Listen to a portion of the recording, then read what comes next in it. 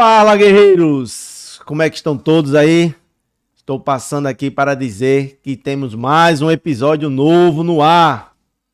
Com o nosso amigo aqui, Ayrton Cantilino, né? É isso mesmo, Liceu. Bom lhe ver aqui novamente, né? É um cara que já é conhecido aqui de nós. Verdade. Já está aqui já há um certo tempo de parceria. É verdade. Fico feliz em ter você novamente aqui no estúdio para poder trocar aqui umas ideias. E hoje o assunto vai ser bom, viu? Então você gestor, motorista, como diz a história, o dono de casa, a dona de casa. É verdade. É verdade? Isso aí serve para todo mundo. O assunto aqui é um assunto importante. E a gente vai falar aqui sobre a questão da importância da inteligência emocional no trânsito. E o nosso Ayrton aqui vai contar um pouquinho. Fala aí, relembra aí quem está nos ouvindo, escutando aí, nos assistindo. Show. Quem é um pouquinho do Ayrton e tudo, pra gente entrar nesse tema aqui, mega importante, meu irmão. Seja mais uma vez bem-vindo aí. Obrigado, Disseu. Quero começar agradecendo, né, por estar aqui com você. É sempre uma honra estar com você, como eu já falei diversas vezes. Para mim é um prazer imenso contribuir e passar um pouquinho da minha trajetória aí para você e para a galera que te assiste também. Bom, o Ayrton, eu vou começar me apresentando como eu gosto sempre de falar. Primeiro, o Ayrton é um servo de Deus, um pai que ama os seus filhos, um esposo apaixonado e um apaixonado por gestão de frota, por motores e também por inteligência emocional, né? Hoje eu atuo como gestor de transporte numa empresa aqui do estado e também atuo como coach, mentor e palestrante. E aí, muito bom, cara. A gente não brinca não, né? Não, não pode parar. A gente não pode parar. Aí. Tem que sempre estar em constante evolução, né? Muito bom, meu amigo. Muito bom mesmo. Pessoal, antes de mais nada, para eu não levar aqui um puxão de orelha, gostaria de lembrar a todos aí de quem ainda não está seguindo, vai lá, segue, curte, marca o sininho, né, para quando sair uma novidade, poder ser alertado por aí. Ayrton, deixa aí logo para a gente também não esquecer, né, suas redes sociais e tudo, né, para poder o pessoal já ir lá, enquanto tá escutando esse bate-papo aqui, já vai lá e já tá seguindo o amigo. Com certeza. Então, galera, o Instagram é coach.ayrtoncantilino, Ayrton com Y, tá? coach.ayrtoncantilino, segue lá. E lá no Instagram, Disseu, pra tua galera, tem uma abazinha lá que você vai clicar e você vai ganhar uma consultoria gratuita aí sobre inteligência emocional, vai fazer dar uma virada na mente da galera aí, fazer a galera avançar em alguns dias avançar alguns anos aí na vida. Rapaz, isso aí não sabe brincar não, o cara já vem logo de voadora, viu? Show de bola. Rapaz, então galera, se ligue, viu? Quem estiver escutando aí, assistindo, já para o carro para não acontecer nenhum acidente aí, né? Vai lá, já entra no Instagram, começa a curtir e pega aí a visão, viu? Que o meu patrão passou, viu? A consultoria aí, isso aí, tu sabe brincar não. Aí, tu me diz uma coisa, nas minhas anotações aqui, eu anotei aqui pra gente já começar da seguinte forma. Por que falar da inteligência emocional quando o assunto mesmo é frota, é trânsito, e onde é que pega essas coisas? Conta aí um pouquinho dessa história aí, por que é tão importante, né, essa palavra emocional aí, né? Show de bola, Disseu. Então, o que é que acontece, Disseu? Para a gente começar a falar sobre inteligência emocional, eu vou te levar ao que me fez falar sobre inteligência emocional. Quando eu conheci a inteligência emocional, eu era obeso, 32 quilos mais gordo, insatisfeito com a minha profissão na época, que não era gestão de frota, nem tampouco coach, nem mentorias, nem palestras. E na situação que eu estava procurando uma forma de sair daquela vida enfadonha. Eu não tinha prazer na minha profissão, eu não exercia o que eu gostava. A minha vida parecia que estava completamente parada. E de tanto buscar entender uma forma de sair daquela situação, eu acabei conhecendo a inteligência emocional, acabei conhecendo a metodologia coach, né? E assim eu comecei a mergulhar em conhecimento a respeito disso. E eu comecei a mudar, transformar a minha vida já na área da saúde, já em relacionamentos. E quando eu percebi essa mudança, eu imergi nisso, né? investi meu tempo, investi conhecimento, fiz alguns cursos a respeito. E aí eu comecei a transformar a minha vida profissional, minha saúde, meus relacionamentos. E foi quando eu entendi que a inteligência emocional, ela não é só para a saúde, ela não é só para a vida profissional. A inteligência emocional é para qualquer área da sua vida. Aplicou os conceitos, aplicou o entendimento, reprogramou crenças, né? A forma, o modus operandi do teu cérebro. Através das ferramentas de inteligência emocional, você tem uma mudança em qualquer área da tua vida que seja, tá? Então, eu tive diversos ganhos com o conhecimento. Entre eles, eu me coloquei na área que eu queria trabalhar, que era gestão de frota. Fui promovido 2 vezes dentro da área, depois do conhecimento da inteligência emocional. Aprendi a me comunicar melhor com as pessoas, fiz alguns cursos de oratória também. E isso tem me ajudado. E fato é que a comunicação e a inteligência emocional, primeiramente Deus, mas as ferramentas que Deus usou para me trazer onde eu estou hoje, foram comunicação e inteligência emocional. E enxergando isso, eu entendi que tinha pessoas que têm essa dor ou passam por dor semelhante em diversas áreas da vida. E como hoje eu gerencio uma equipe de motoristas, além de uma equipe do administrativo, além da equipe de oficina, então eu resolvi aplicar isso com a minha equipe, esse conhecimento, e trazer um pouco de mudança para a vida deles também. Foi quando eu estudei a respeito, né, da importância da inteligência emocional no trânsito e comecei a entender o cenário e o quanto é importante utilizar a inteligência emocional em qualquer área que você trabalha, inclusive no trânsito, que é um dos ambientes mais estressantes do mundo. Caramba! Então, você imagina só, o cara sai com 30, 35 entregas dentro do caminhão dele, junto com o ajudante.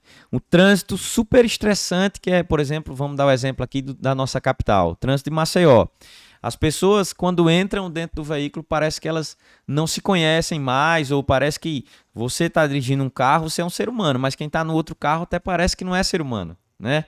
Você não tem mais empatia, a empatia vai embora. Então as pessoas discutem no trânsito e chegam a situações a ponto que fazem loucura por falta de inteligência emocional, falta de gestão das emoções. E só para contextualizar a galera, Disseu, já que a gente está falando sobre inteligência emocional, deixa eu explicar então o que é inteligência emocional. Interessante, para ficar mais, vamos dizer assim, mais nítido na cabeça da galera aí, né? Fica mais fácil para a galera entender, né?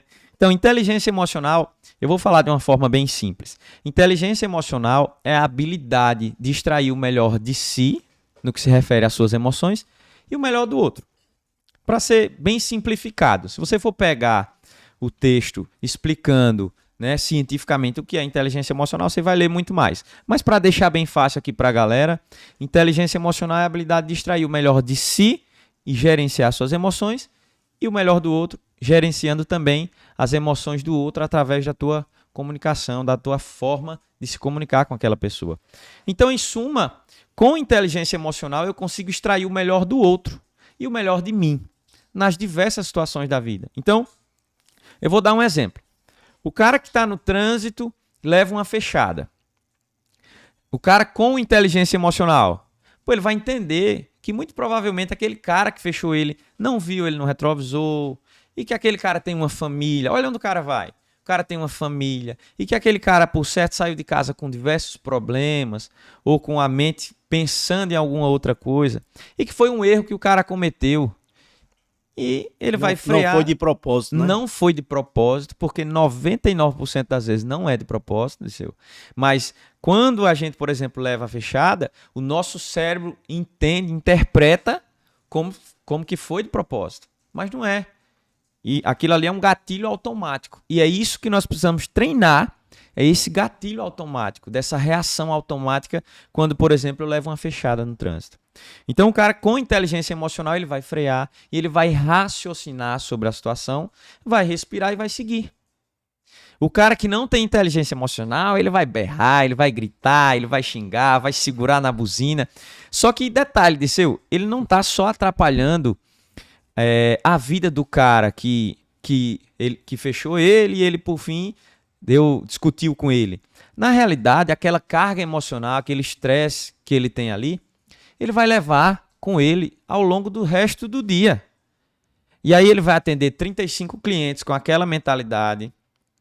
Ele vai lidar com o ajudante dele com aquela mentalidade de estresse.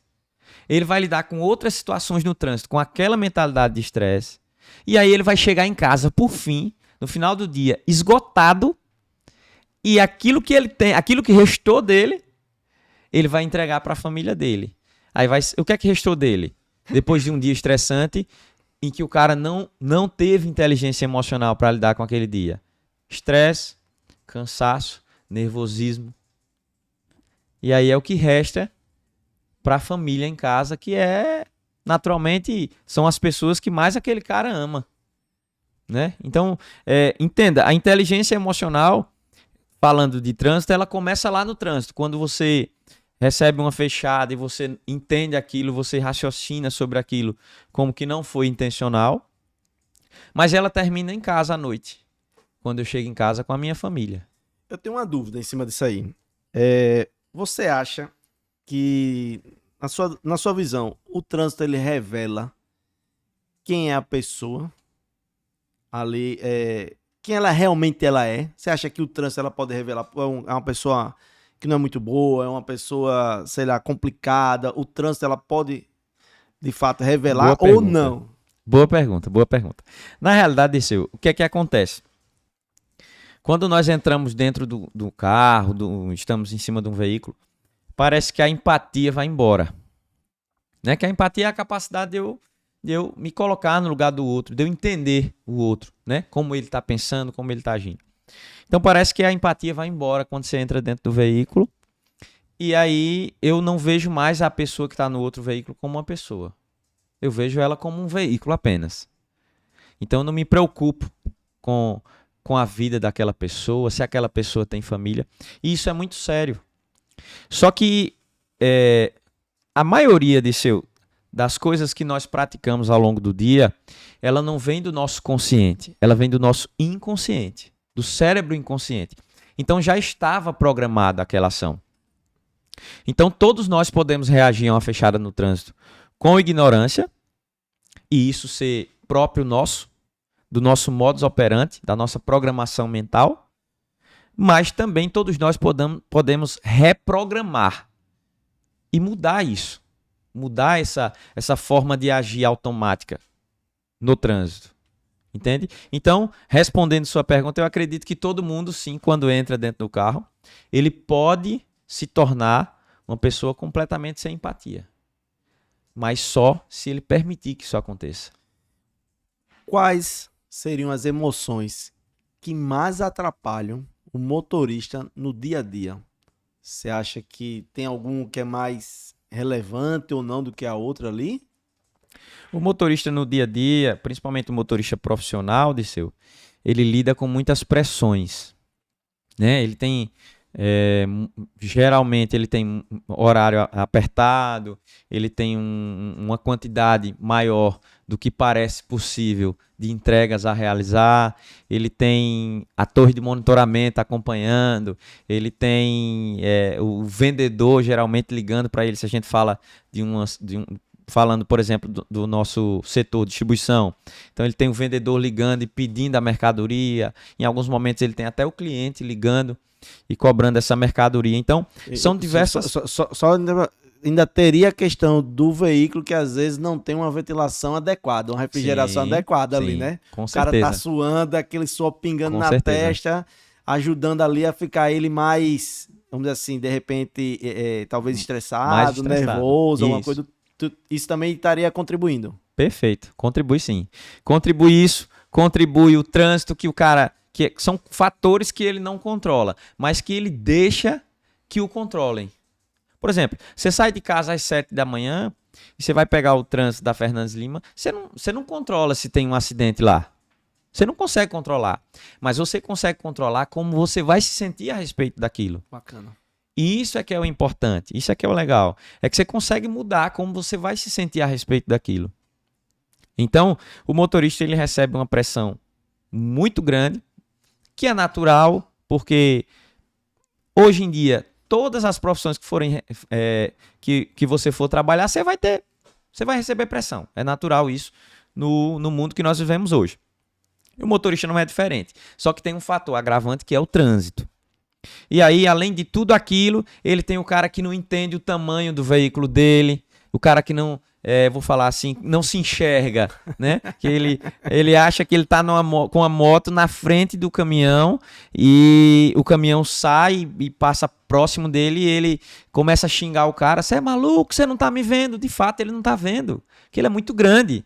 E a moto é muito pequena, ela fica muito próxima da cabine, na maioria das vezes o cara não vê. Então, são pessoas que não conhecem a dificuldade que ele enfrenta e que acaba gerando conflitos dentro do trânsito. Então, junta tudo isso. Muitas das vezes ele chega no cliente e o cliente não o recebe muito bem, não muito agradável.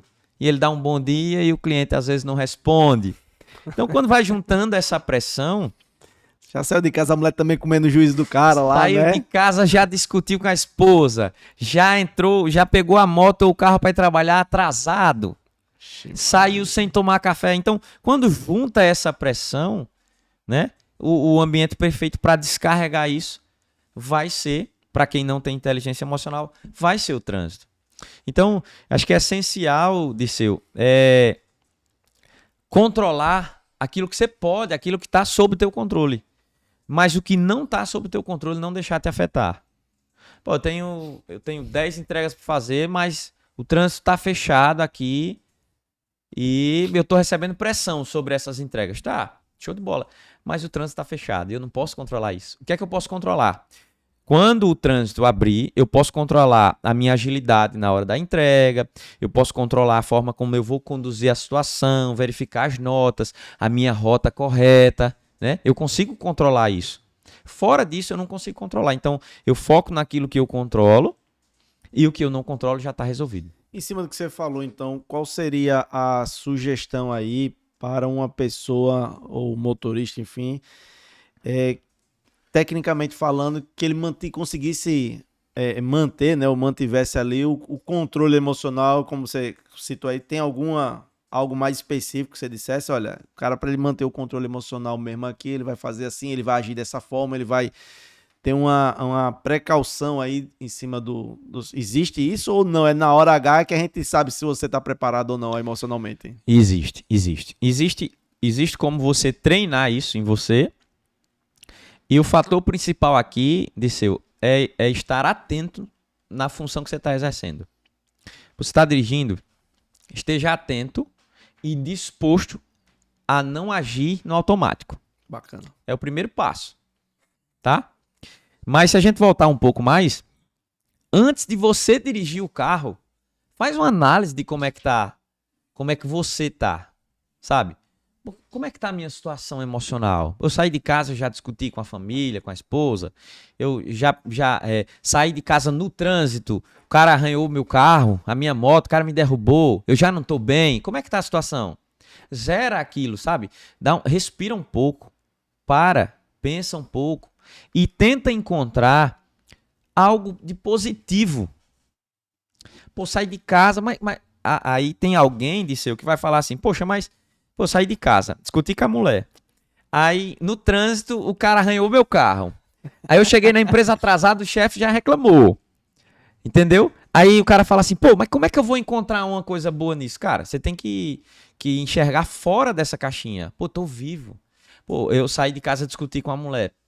Pô, pelo menos eu tenho uma mulher. Eu saí de casa, o cara arranhou meu carro. Que massa, eu tenho um carro. Se eu não tivesse carro, o cara também não tinha arranhado meu carro. Mas eu tenho um carro. Arranhou, a gente vai resolver. Sabe? Tem que colocar positividade, enxergar as coisas de uma maneira positiva, Disseu. Porque assim como você enxerga as coisas, é exatamente como elas são. Cara, se você já passou o dia com aquele cara negativo, aquele cara que nada dá certo pra ele. Você viu como o dia atrasa, como as coisas não funcionam, não acontecem. Por causa da negação do cara. O cara é negativo, o cara é carregado mesmo. Você tá, como o pessoal diz, é um encosto, né? Um peso ali, né? Assim, meu amigo. E aí o cara só consegue enxergar os pontos ruins das coisas.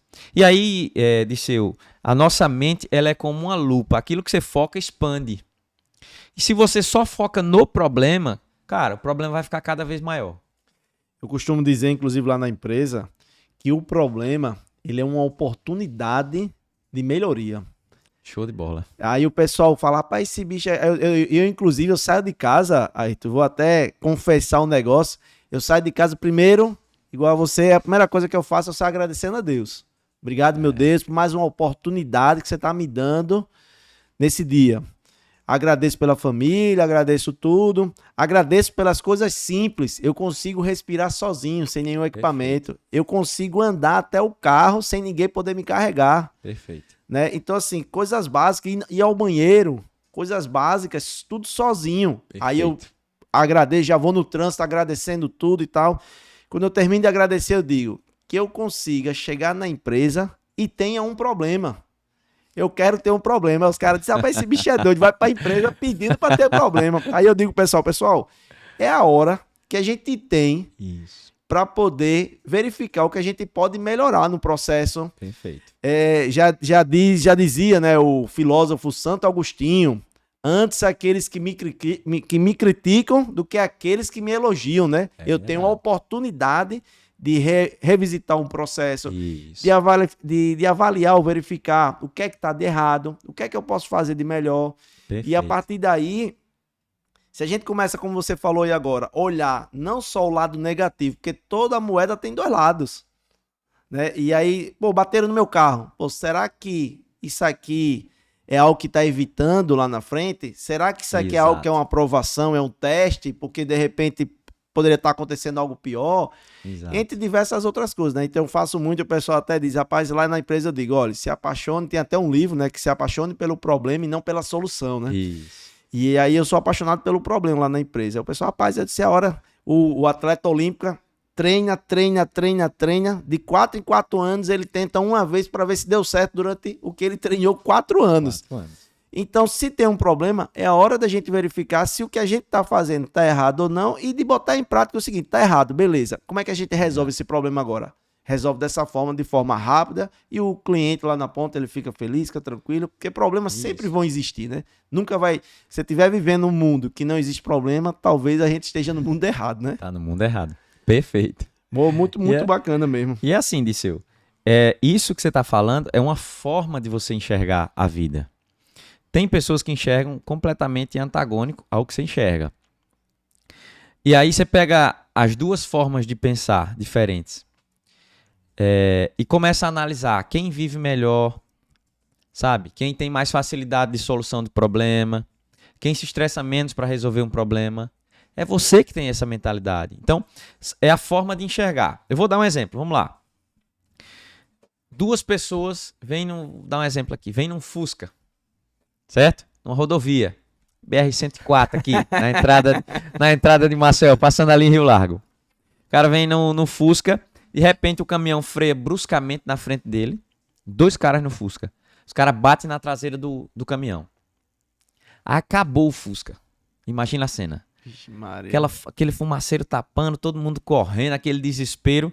De repente sai os 2 caras do Fusca caindo no chão, se arrastando e olhando para aquele motorista do caminhão assustado e corre lá. O que é que aconteceu, cara? Como é que você tá? Tá tudo bem? Sai os 2 ilesos. Um olha para aquilo e diz, meu Deus, graças a Deus, não aconteceu nada. Foi só danos materiais. O outro olha, começa a chorar desesperado e dizer, por que isso aconteceu comigo? Eu não acredito. Olha só a situação do carro. Olha só, eu poderia ter morrido. Aí eu te pergunto, Disseu, a situação que os 2 viveram foi a mesma? Foi a mesma. A forma de enxergar foi diferente? Com certeza. Foi o que mudou tudo. Para um, aquilo foi um milagre. Para o outro, foi o fim do mundo. E a diferença entre os 2 é só a forma que ele enxergou. Então, quem vai sair mais facilmente daquela situação? Quem vai sair melhor com aquilo? Quem vai tirar um aprendizado melhor daquilo? O cara que enxergou aquilo como um milagre ou o cara que enxergou aquilo como um problema? Você entende? Entendi. Então, todos os dias quando a gente sai para o trânsito, o gestor que também enfrenta muitas dificuldades, o gestor de frota, de transporte, que sai para o trabalho, que sai para liderar a sua equipe, todos os dias a gente tem que pensar que tem os 2 lados da moeda. E em qualquer situação a gente precisa enxergar o melhor lado dela. extrair o melhor. Eu costumo dizer para a galera que não existe fracasso. Só existe resultado. Não existe fracasso. No mínimo de alguma situação eu tiro um aprendizado. No mínimo eu aprendi. Se eu não cheguei onde eu queria, se eu não tive o resultado que eu queria, no mínimo eu aprendi. Eu aprendi com aquela situação. E eu não vou cometer mais aquele erro. Entendeu? Mas isso é o quê? Forma de enxergar. Então, o cara que está lá no trânsito, ele precisa enxergar o trânsito com outros olhos. Até porque, Disseu, só para você ter uma ideia, o estresse, ele inflama o nosso corpo. Ele nos dá prejuízos fisiológicos, ou seja, no nosso corpo, e psicológico. Então, fala para mim, vale a pena, se eu vivo nesse ambiente caótico do trânsito, vale a pena eu me estressar mais do que o necessário? Pô, tu sai discutindo com todo mundo, e sem contar que esse dado é para o gestor, e sem contar que o motorista mais estressado no trânsito, a probabilidade de um acidente é muito maior. Então, inteligência emocional também é segurança no trânsito. Entende, Disseu? Você tem um colaborador com mais qualidade de vida, porque o cara sabe enfrentar as dificuldades do dia a dia.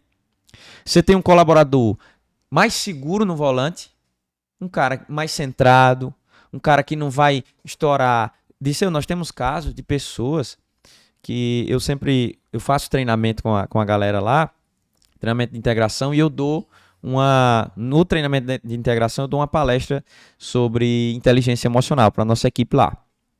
E aí, o que é que acontece? Eu costumo sempre citar esse caso. Tem uma situação, não vou lembrar agora onde foi, mas se a gente procurar no Google vai encontrar. Teve uma situação de um trânsito que estava parado e o cara vinha no trânsito estressado pra caramba e tal. Quando ele chegou no acidente, ele notou que um senhorzinho tinha batido na traseira do carro de um outro rapaz. E eles não tinham tirado o carro dali. E por isso que estava aquele trânsito. Ninguém se feriu, mas eles não tinham tirado. E naquela situação, o senhorzinho estava discutindo com aquele rapaz do carro. E passou esse outro rapaz nervoso e gritou quando passou de lado: tira o carro do meio do trânsito, tá atrapalhando e tal. E o senhorzinho gritou para ele assim: vai embora daqui. Aqui já tem gente estressada demais. O cara parou o carro lá na frente, desceu, pegou uma chave de fenda e assassinou o senhorzinho. Caramba! Aí eu te pergunto, esse cara tava gerenciando as emoções dele? Zero. Será que esse cara era assassino mesmo? Será que não foi um pico de loucura? Falta de gerenciamento de inteligência emocional, gerenciamento das emoções. Então, é muito importante isso. Cada vez mais a gente tem situações de pessoas que estão perdendo completamente o controle no trânsito. E muitos deles são motoristas profissionais. São colaboradores de empresas, são motoristas autônomos, que já não suportam mais o estresse do trânsito, mas que não sabem lidar com ele. Então, a solução é inteligência emocional, gerenciar tuas emoções a respeito daquilo. Muito bom. Me diz uma coisa, eu fiz uma anotação aqui para você nos ajudar, que seria o seguinte: como é que a inteligência emocional influencia o consumo de combustível, né? Ou a direção agressiva, o desgaste do veículo, ou algo do tipo aqui. Como é que ela influencia? Como é que a gente pode trabalhar isso aí? Essa foi muito boa, Disseu. Essa foi disruptiva. Eu vou ali só fazendo umas anotaçõezinhas de leve. Eu digo, rapaz, deixa eu preparar logo aqui a minha pesca. Show de bola. Não, influencia diretamente, cara. Diretamente. Você já percebeu que quando as pessoas estão nervosas, elas dirigem mais rápido, assumem mais riscos? E uma direção segura, naturalmente, já é uma direção econômica. O cara que faz um curso de direção segura, ele está aprendendo a economizar. E isso a gente está falando de combustível. Tem outro custo dentro? Tem. Depreciação das peças. Às vezes o cara falando no caminhão pesado, às vezes o cara dá um tranco na embreagem do carro, com raiva. Às vezes o cara pisa no freio de uma vez com raiva. E tudo isso deprecia as peças do veículo. Entende? Tudo isso estressa aquelas peças envolvidas. Então, sem dúvida alguma, a falta da inteligência emocional gera uma condução mais cara para a frota, né? Em relação a combustível e em relação à depreciação de peças também. Hoje as empresas costumam olhar mais para o comportamento técnico ou para o emocional dos motoristas, na sua opinião? Na grande maioria, para o comportamento técnico. É mesmo. Na grande maioria. Porém, cada vez mais, os olhos estão se abrindo para o comportamento emocional também. Hoje, por exemplo, quando a gente contrata lá na empresa, quando eu estou participando do processo seletivo, eu já tento enxergar e faço perguntas de como é a condução desse motorista dentro do trânsito, como é que ele lida com as frustrações do dia a dia. Porque, na realidade, são situações de frustração. O cara queria passar no sinal, o cara vinha no trânsito. E o carinha andando na frente dele bem devagarinho, o sinal lá aberto, e o carinha na frente dele devagar. O sinal amarelou, o carinha pisa, vai embora e ele tem que parar. Pô, como é que ele lidar com essa frustração? Ele já se estressa, já se ira, já se irrita. Então eu faço perguntas a respeito disso, para que eu consiga enxergar como é que esse cara lidar com o ambiente de trabalho dele. Porque a gente tem pessoas que lidam que tem um ambiente de trabalho dentro do escritório, sentado na cadeira. Tem pessoas que trabalham na área de produção e o estresse é barulho, o estresse é pressão, relacionada à produção, quantidade, né, de produção. Tem pessoas que o estresse é relacionado a relatório que tem que entregar, sentado na cadeira. E o motorista profissional, o estresse dele está relacionado principalmente ao trânsito, ao que ele vai enfrentar no dia a dia. Então, é muito importante isso. Esses treinamentos aí, como você falou aí, você acha que a equipe, a turma, eles têm visto com bons olhos, assim, de dizer, cara, realmente funciona, ajuda, ou para eles têm na cabeça dele, tô fazendo porque tem que fazer, isso aqui é uma perda de tempo? Disseu, tem pessoas que a gente não vai conseguir ensinar nada para ninguém se ele não quiser aprender. Tem gente que não quer aprender. Ele aprendeu a síndrome de Gabriela. É a perda de tempo. É a síndrome de Gabriela. Eu nasci assim, eu cresci assim, vou morrer assim. Entendeu? Então tem gente que ele não quer aprender. Mas na grande maioria, por mais que entra na sala meio, sabe, ranzinhos com aquilo, meio olhando meio que de lado, pô, inteligência emocional e tal, não sei o quê. Mas quando começa a entender, porque tem tudo isso que a gente está conversando aqui, tem dados científicos, não é achismo. Não tirou da cabeça, assim, acabou e tchau. Não, é ciência. Então, quando começa a enxergar, muitos deles põem em prática, e eu tenho vários feedbacks de motoristas que me agradeceram. Cara, obrigado, tal. Eu participei da sua palestra e eu achei muito bacana. E eu pus em prática, passei por uma situação, tá? Até situações próprias. Caramba. Passei por uma situação, o cliente estava muito irritado e eu lembrei do que você ensinou na palestra. E eu, vou colocar em prática aqui e tal. E eu consegui muito me sair da situação. Então, assim, funciona na maioria dos casos, funciona. Agora, tem gente que não quer aprender nada, tem gente que não quer aprender nem tecnicamente sobre a profissão dele, né? Porque as pessoas acham que ser motorista profissional é entrar no carro, enrolar o volante e... Botou a primeira e vai embora. E vai embora. E não é bem assim, né? Então tem pessoas ainda que são bem resistentes. Diz que normalmente a porta do ser humano, digamos assim, ela só tem um lado que tem fechadura lá, né? Que tem a manivelazinha, né? Que ela só consegue ser aberta por dentro, né? Por dentro. E aí, ou seja, por mais que você queira ensinar, por mais que você queira capacitar aquela pessoa, algo do tipo, eu nunca vou conseguir fazer se ela não abrir essa porta por dentro, né? Sim. Então, o maior interessado é ela ali, né? Exato. É interessante esse negócio.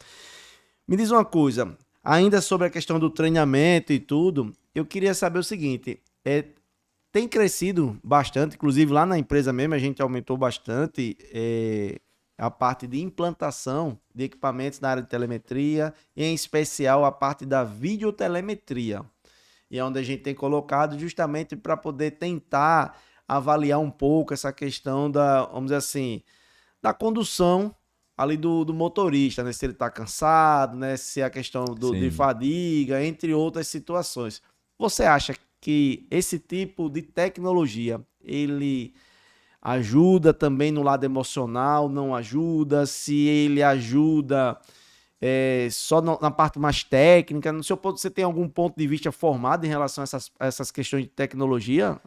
Então, meu ponto de vista é que o cara, por saber que está sendo monitorado, ele vai evitar fazer algumas coisas que ele faria sem monitoramento. Então eu acho muito válido, tá? Eu acho muito válido, apesar de que o cenário perfeito seria: eu estou colocando o meu motorista na rua e eu confio 100% nele, plenamente. Esse seria o cenário perfeito. Mas a gente sabe que a gente não consegue isso em 100% da frota, né? Você tem aqueles caras que você pode contar, que você sabe que pode confiar no trabalho deles, que eles exercem o melhor que eles podem com aquilo que eles têm, né? Mas tem o cara que não. Então, eu acho muito válido, sim, que tenha videotelemetria, o acompanhamento do que está sendo feito por aquele motorista. E até em muitas situações, para livrar o cara de alguma situação. Porque às vezes não foi ele que fez, né? Mas ele está sendo acusado de ter feito. E se tem uma videotelemetria que pega exatamente aquela situação, o cara está livre. Muito bom, muito bom. Eu anotei aqui uma pergunta para trazer uma provocação. Eu disse, eu gosto de, como diz um amigo meu, eu gosto de ver o circo pegar fogo. Eu trouxe aqui, que é o seguinte. Você diria que dirigir sem controle emocional, ele é tão perigoso quanto você dirigir alcoolizado? Sim. Com certeza. Então, sem controle emocional, com certeza. Sem controle emocional é tão grave ou pior? Eu acredito que é tão grave ou pior. Caramba. Por quê? Vou te dar um cenário aqui. Lembra do cara que eu falei da chave de fenda? Certo. Provavelmente, se ele tivesse embriagado, ele não conseguisse fazer. Entende? Então, o problema é bem maior do que parece em algumas situações. É lógico, tem situações que o cara embriagado vai apresentar mais risco, né? Tem situações que o cara embriagado vai apresentar mais risco. Mas é por isso que eu digo que é tão perigoso quanto ou até pior, dependendo da situação. O cara sem controle faz loucura. O negócio é pesado essa questão pesado. aí. Eu tenho outro aqui que é o seguinte.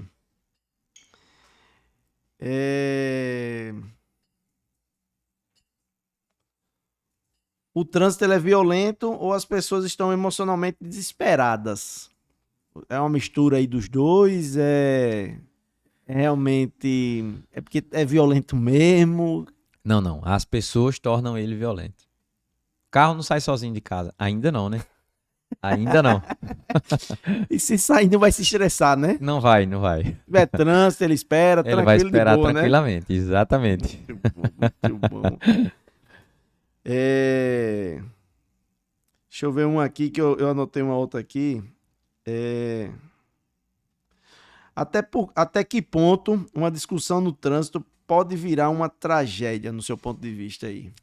Eu acho que uma simples discussão já pode virar uma tragédia. Uma simples discussão. Cara, uma besteira, né? Uma besteira. Porque tem situações, a gente vê todos os dias aí nos noticiários, tem situação que o cara passou pelo outro, sei lá, levou uma fechada, o outro xingou, e o cara foi atrás dele e atirou no cara. Sem discutir, sem nenhum motivo. Não, isso, né? tipo, levou a fechada. Aí o cara foi e revidou, falou alguma coisa. Ele foi atrás do cara e matou o cara sem conversar, sem nada.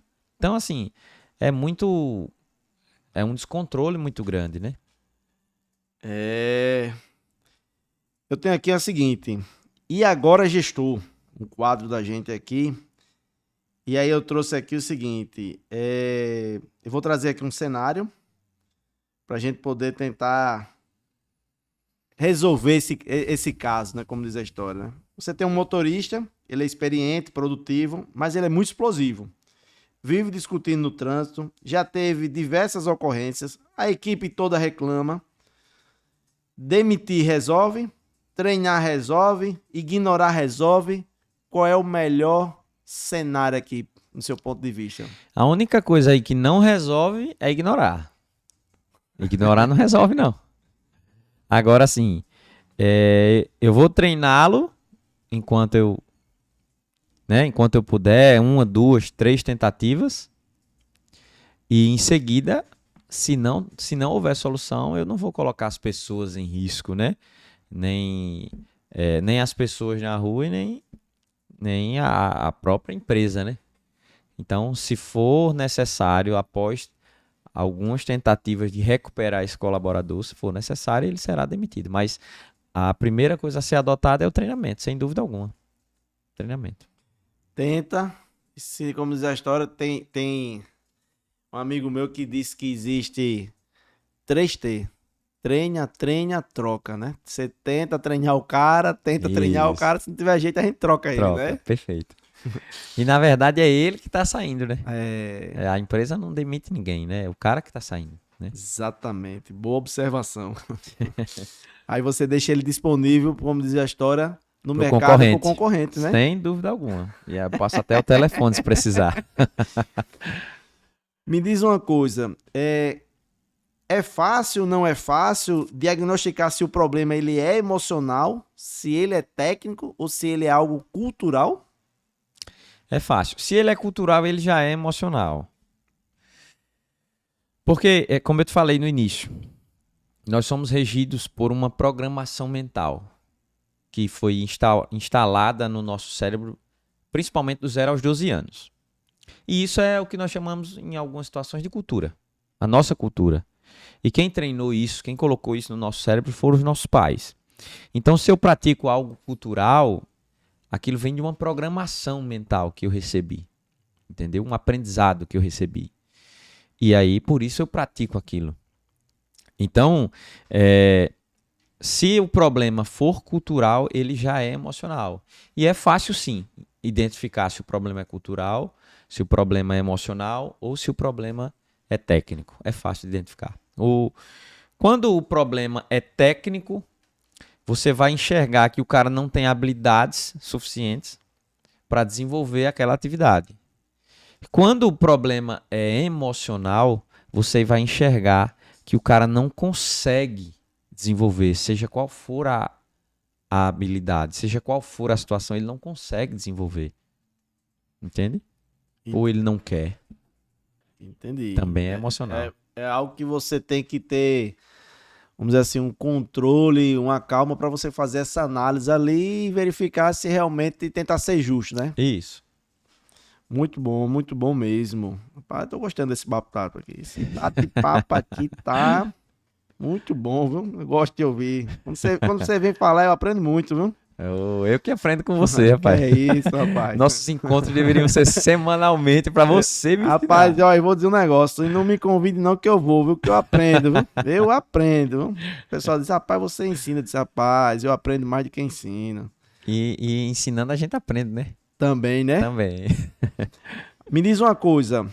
É fácil a gente conseguir avaliar a questão de você é o seguinte, quando vale insistir no desenvolvimento ou quando é risco manter? Isso é fácil ou não? Eu preciso de uma pessoa especializada para você saber, cara, aqui já não dá para eu investir mais, já virou um risco manter ele na equipe.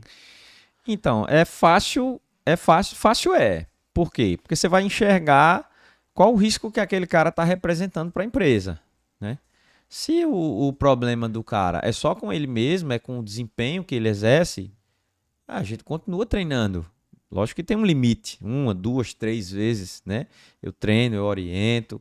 Agora, se o cara está oferecendo risco para a operação, risco para a empresa, risco para as pessoas na rua, para os outros colaboradores, aí, infelizmente, a gente não vai assumir esse risco, né? A partir do momento que eu enxergo que existe um risco muito maior que aquele colaborador está causando, eu sou corresponsável daquele risco. Então, eu preciso tomar uma atitude, né? Então, você não precisaria procurar uma empresa especificamente para poder fazer a avaliação. O próprio gestor ali, o próprio líder, sim, ele já consegue ter, vamos dizer assim, um mínimo de conhecimento que ele tem, ele já consegue fazer essa avaliação, né? Consegue sim. Existe limite entre a empatia e o risco operacional? Se existe limite? Sim. Existe. Existe limite, sim.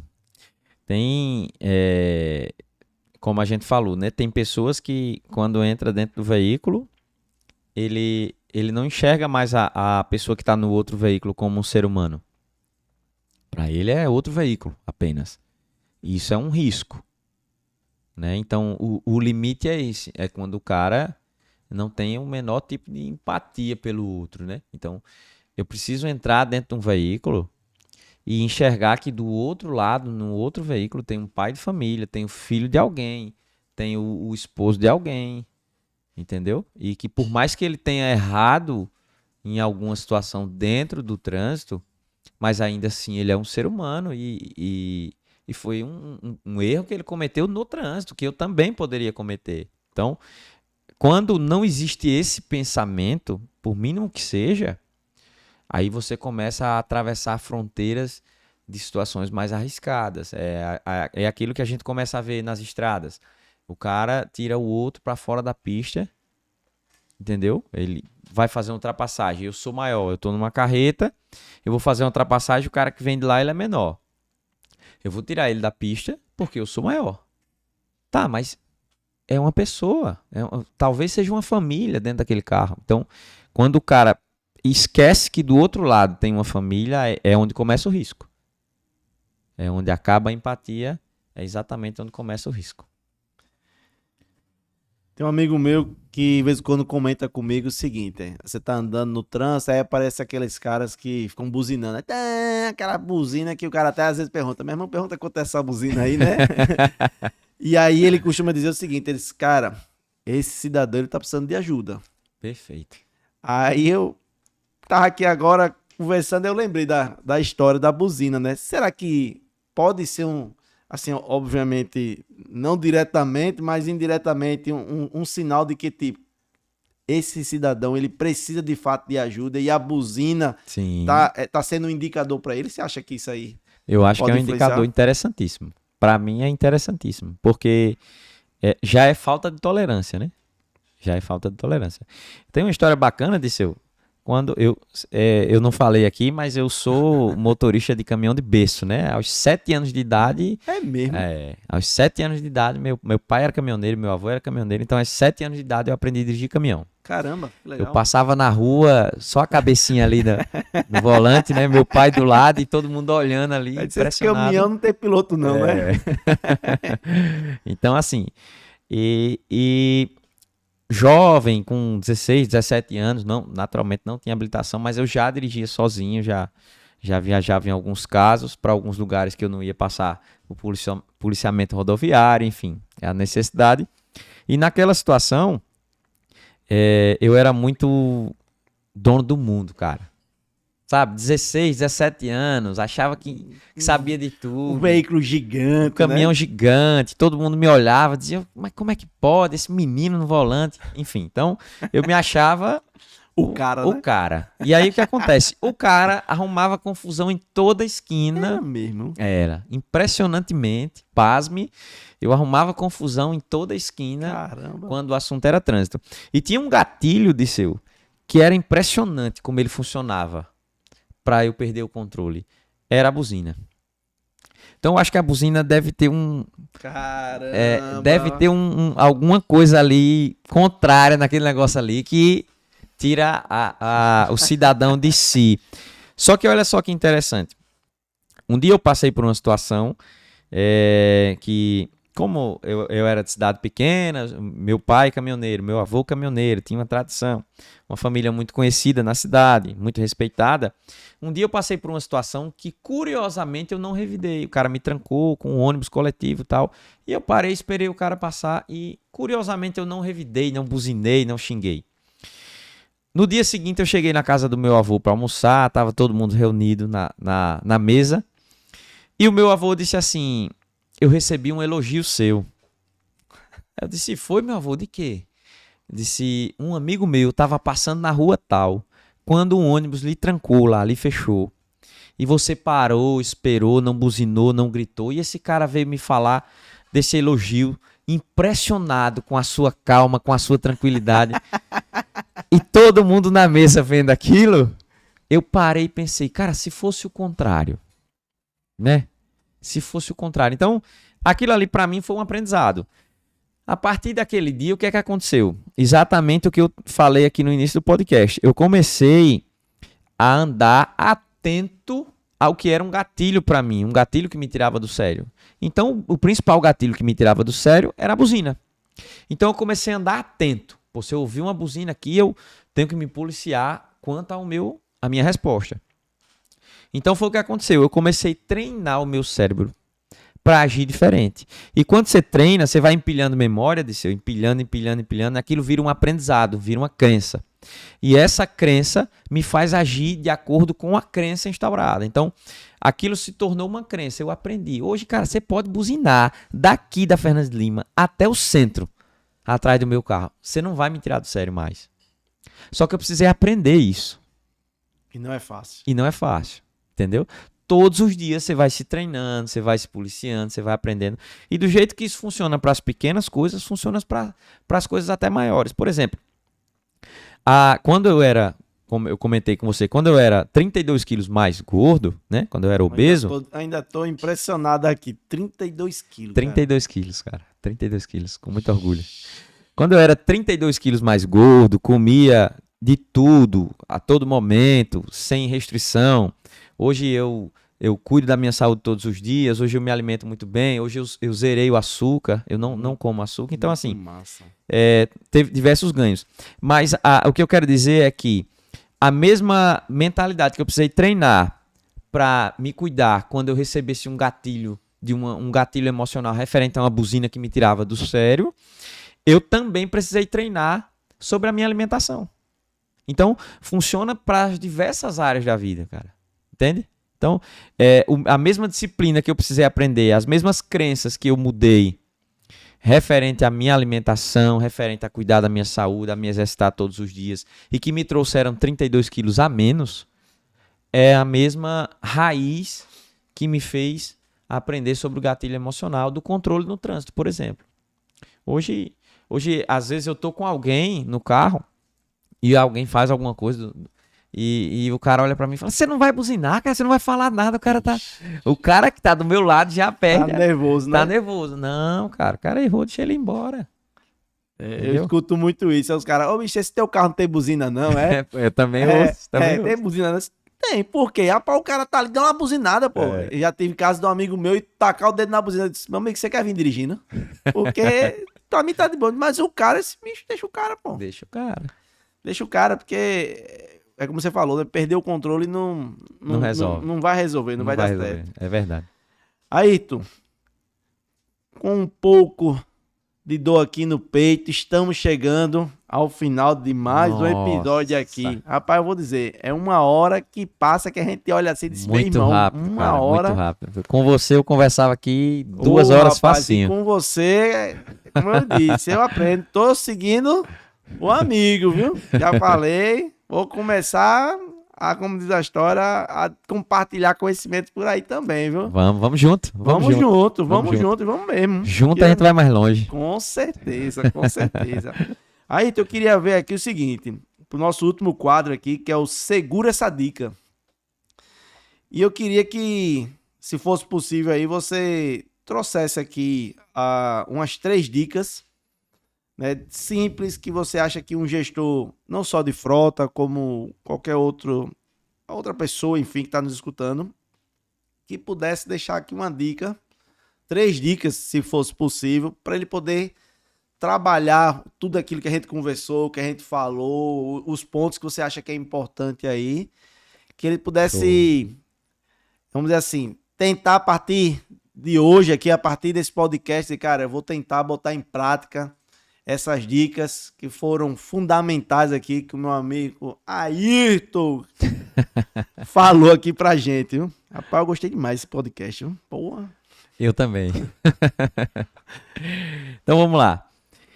3 dicas. A primeira, sem dúvida alguma, é enxergue o teu motorista por trás da farda. Tá? Então, treine o cara. Dedica atenção para ele, ouça as queixas dele. Por mais que eu tenho uma equipe de 57 motoristas só na distribuição. Tá? Só distribuição. É fácil ouvir queixa de 57 motoristas? Não é. Não é fácil. Cada um tem sua queixa, tem sua dificuldade. mas a gente não pode ignorar. Então, o primeiro passo é enxergue o cara por trás da farda.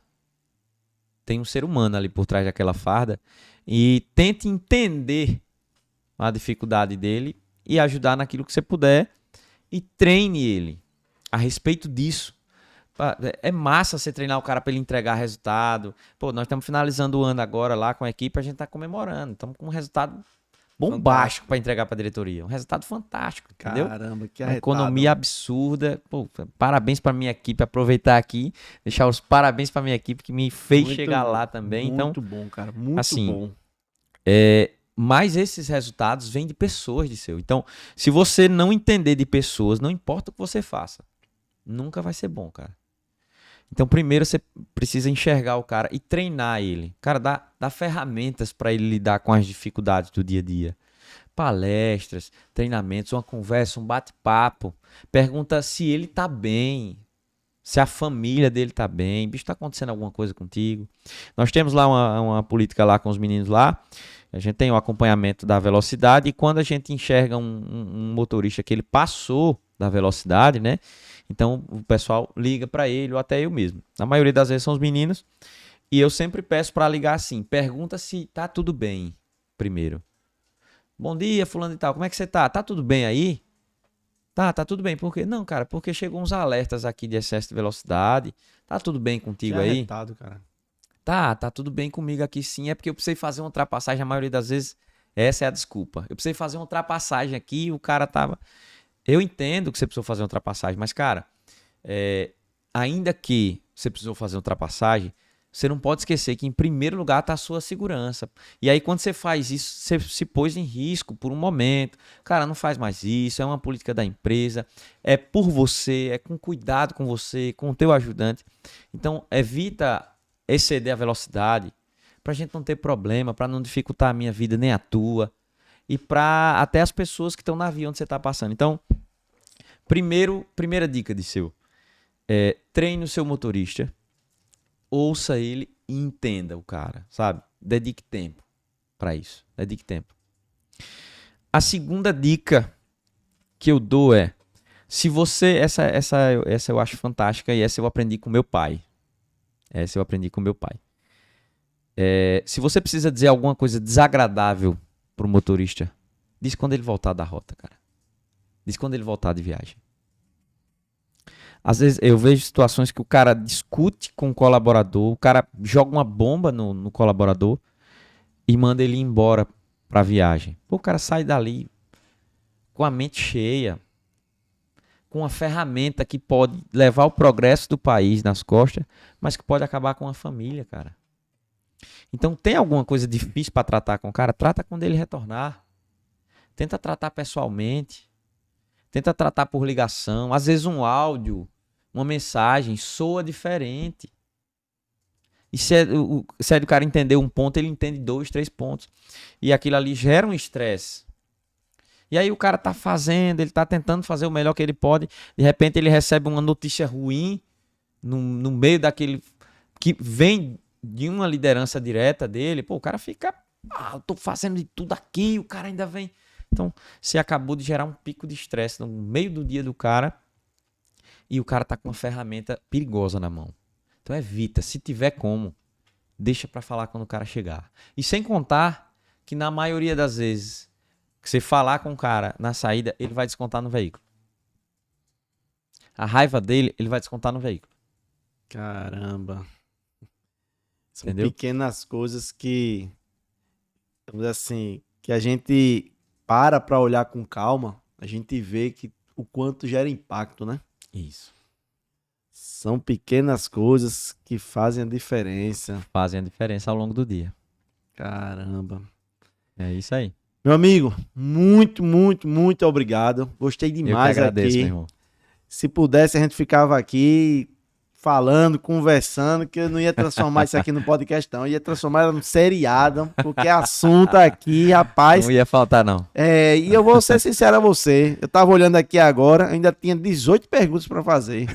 Aí eu disse, rapaz, vou logo anotar aqui umas pescas aqui, porque eu sei que o homem é bom quando ele começar a falar, mas o tempo e, como diz a história, é o podcast, não é uma minissérie, né? É verdade, é Aí eu verdade. disse, eita, mas não vão faltar oportunidade pra gente conversar não. Com viu? certeza. Eu me coloco, Disseu, à sua disposição, Obrigado, meu irmão. colocar à disposição da galera, os gestores que quiserem uma palestra, que quiserem. Posso vender meu peixe Com aqui? certeza, não só pode, como deve.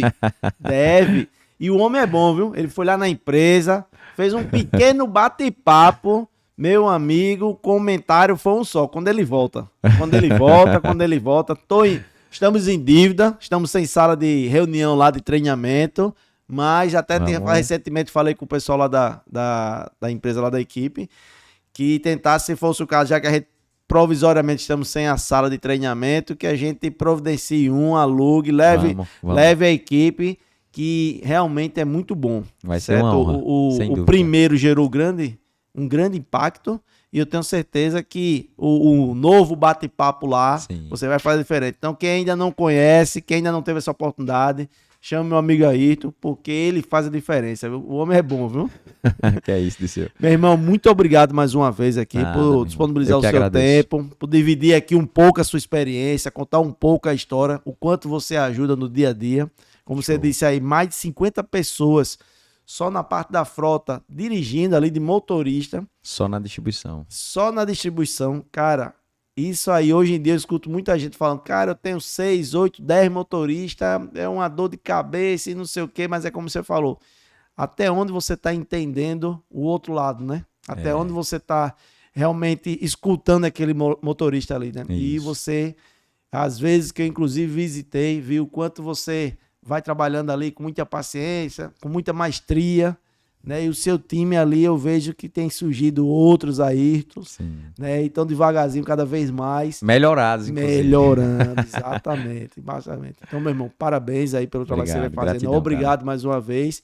E sempre que você também tiver alguma ideia de bate-papo, quiser compartilhar, a casa é sua, viu? Show. Tamo junto aí, Tamo viu? junto. Obrigado mesmo pra vocês. Reforçando, quem ainda não tá seguindo aqui o meu amigo Ayrton, vai lá, Ayrton Cantilino. Segue, curte, entre em contato com o homem, que ele já deixou a dica aqui, para poder fazer ali um bate-papo, uma mentoria, conversar, que ele é diferenciado. Quem ainda não está seguindo aqui a Azuki também, vai lá, estamos no YouTube, na Amazon, na parte da Apple, no Facebook, no Instagram, em diversos canais, Spotify também. Estamos em diversos canais aí, então vai lá, segue, compartilha, manda para aquele seu amigo, você gestor, você motorista, manda para sua equipe, divide tudo isso que foi contado aqui, que eu acho que vale a pena todo mundo escutar, parar, sentar e refletir o quanto esse assunto ele é importante. Meu irmão, tamo junto. Um abraço. Vamos embora, viu? Um abraço. Vamos embora. Cara, fantástico, viu? Fantástico, bom demais. Eu preciso organizar depois da virada do ano aí de Natal, das festas.